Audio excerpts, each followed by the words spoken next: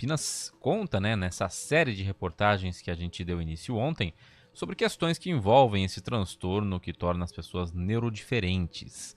Ainda que não exista um levantamento preciso sobre quantas pessoas são autistas aqui na nossa região, é possível ter uma ideia por meio da carteira de identificação da pessoa com transtorno do espectro autista.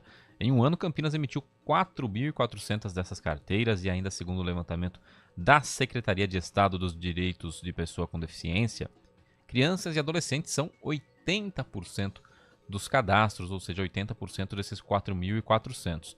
Mas também existem muitas carteirinhas de pessoas adultas com autismo. Nesse segundo episódio da nossa série, a Thalita Souza vai contar sobre como a família reage a um diagnóstico de autismo e você vai conhecer a Regiane, que teve os 2 filhos diagnosticados com o transtorno.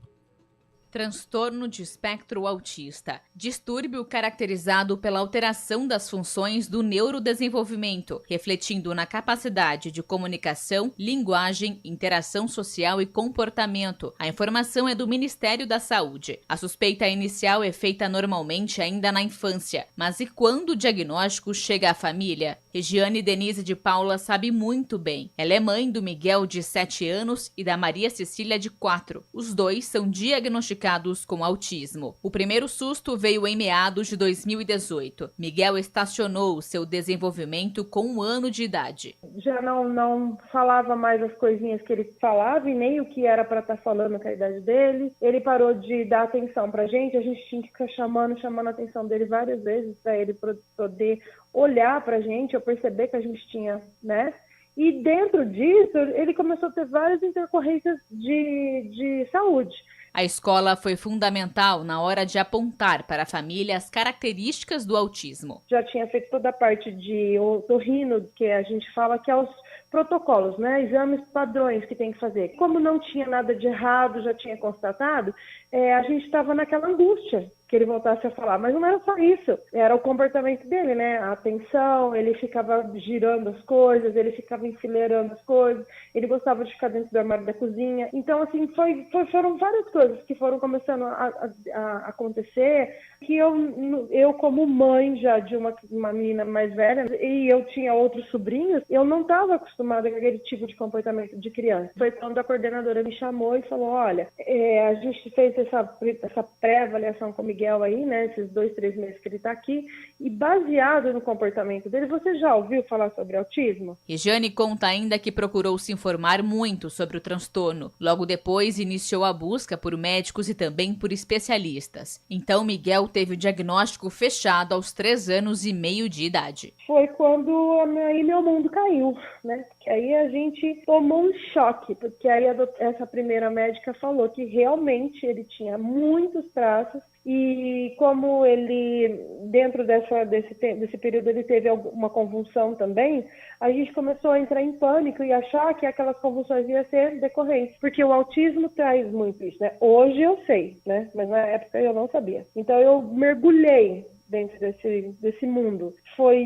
Fiquei me sentindo mal, fiquei me sentindo culpada, achei que o meu marido fosse culpado. Durante esse tempo, a família cresceu. Regiane engravidou e nasceu a Maria Cecília. Ainda bebê, a menina também apresentou sinais de autismo. Com 8 meses, ela começou a apresentar as mesmas coisas que ele. Ela não falava, ela andava na ponta do pé, ela também não comia de jeito nenhum, só que ela foi diagnosticada com o nível 1. Então, a Maria Cecília, ela não é tão dependente, assim, digamos, né, igual ele. Mas o Miguel, ele tem eu tenho um pouco mais de dificuldade com ele por causa do comportamento. Ele tem um comportamento mais corruptivo, ele às vezes tem crises de agressividade, precisa de medicação e ela não. Dentro de um núcleo, a gente acaba tendo duas crianças e completamente diferentes. Maria Cecília teve o diagnóstico aos 2 anos, idade anterior à do irmão. Segundo o professor de psicologia Yuri Gomes, quanto antes os pais começarem a investigar os sinais, melhor será para o desenvolvimento da criança.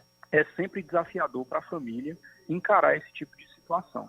E é perfeitamente compreensível que as famílias, a princípio, se sintam impactadas e isso acabe também, né, alterando drasticamente a dinâmica familiar bem como a saúde emocional daqueles que estão diante de tal diagnóstico.